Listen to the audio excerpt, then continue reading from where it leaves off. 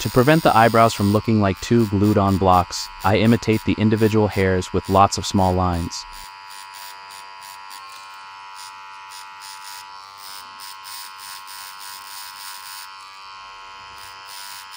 This is what the progress should look like once we're done with the gray lines. Since I haven't been tattooing for too long today, I'm still 100% focused and concentrated. For this reason, I'm tackling the important areas first. If I hadn't pre-stenciled my design with lines, this wouldn't be possible. I'd risk smudging the entire stencil.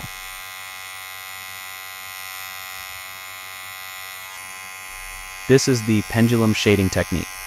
The needle is gently inserted into the skin with each movement and leaves it softly as well.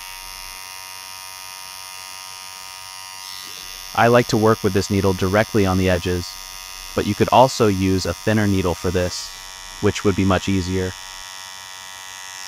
Pay attention to the huge difference it makes when you use a 7, 9, or 13 Magnum while working on the edges. I'm sure you'll notice that it's much easier with the smaller ones. And if it's still too difficult for you, I recommend using a round shader or a round liner needle for this.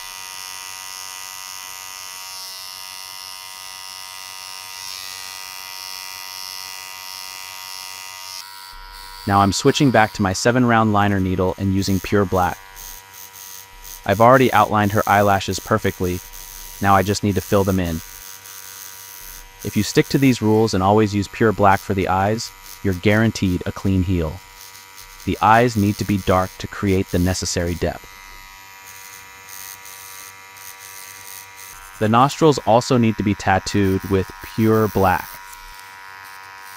Thanks to the systematic approach, you'll be able to clearly see the difference between pure black and very dark gray once the tattoo is healed. If I were constantly switching between the two, you wouldn't be able to tell them apart in the end. I know it takes patience, because the final result takes longer to appear, but it's worth it, and it will look much better. The shadow next to the mouth is another key detail that ensures the mouth doesn't look stuck on and appears more natural. This step takes a bit of courage. The teeth that are in shadow in the reference image also need to be shaded. Anything else would look unnatural.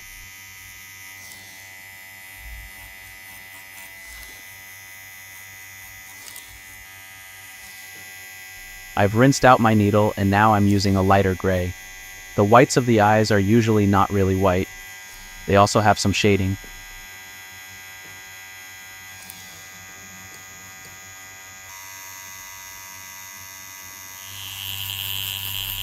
Since the area that needs to be filled with black isn't that small, I prefer using a larger needle for it. These kinds of needle switches are crucial for your speed and progress.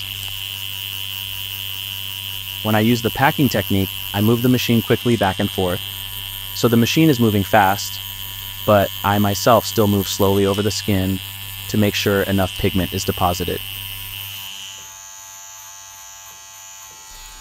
Enough time has passed by now, and the redness on the right side has faded a bit, so I can go over the area again and refine some of the shading. If you want your shading to look smooth, you need patience. There's no shortcut for that. The white highlights in the hair are looking pretty good, I'd say. They add more contrast and bring the piece to life. To make the skin look even more realistic, I'm adding some texture. I also have a rule I follow. I always choose a darker gray tone for the details than the one I used for the area where the details are made. That way, I can be sure they will be clearly visible once healed.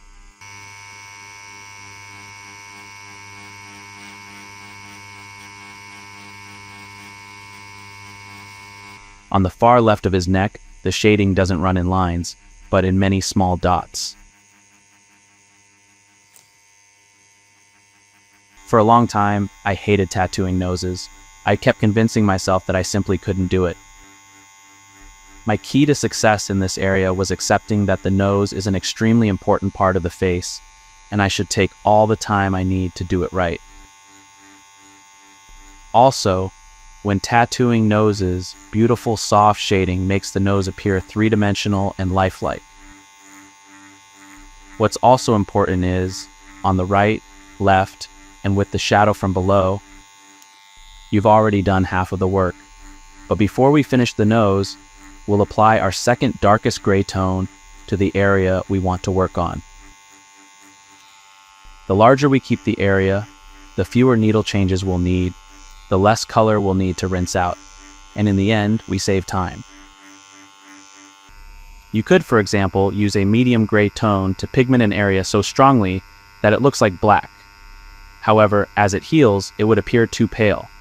For this reason, pure black is used for black areas. This is especially important for the pupil, which needs to remain dark after healing. The eyes are the first thing you notice when looking at a face. At least for most people, they are the biggest focal point. So, extra concentration and dedication are required here. At the top is the area that I have marked with many small X's.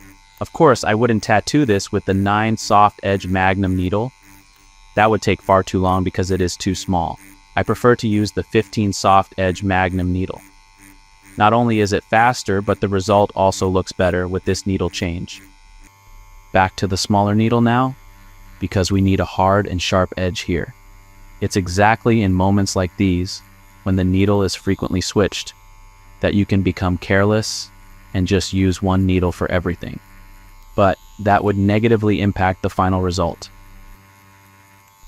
We want to be professional and stick to our own system, which we follow.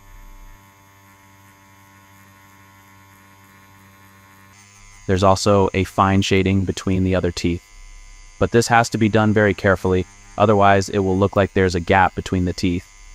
Such a mistake would obviously be disastrous for the final result.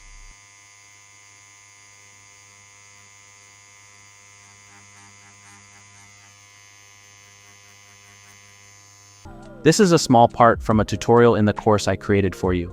Together with my brother, I created a tattoo shading course where I reveal all my secrets and show you exactly how to tattoo these 2 portraits.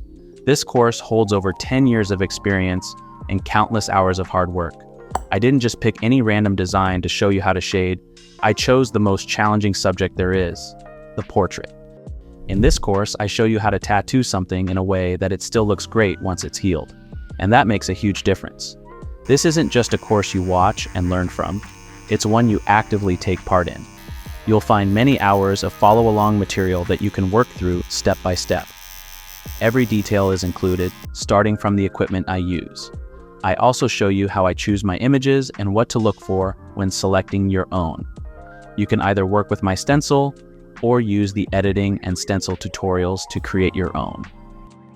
In the tutorials, I break down every detail so you can integrate my way of thinking into your own process. In the real-time videos, you can tattoo along with me while all the key info, grayscale references, stroke settings, and much more is always visible on screen. I've never poured as much work and love into a project as I have into this one. If you know my YouTube videos, then you already know how I work. Everything is beginner-friendly, and I leave no questions unanswered. A question I get often, yes, you get lifetime access to the course, including all future content. I'm also working on a new, beginner-friendly portrait, the one you see in this image.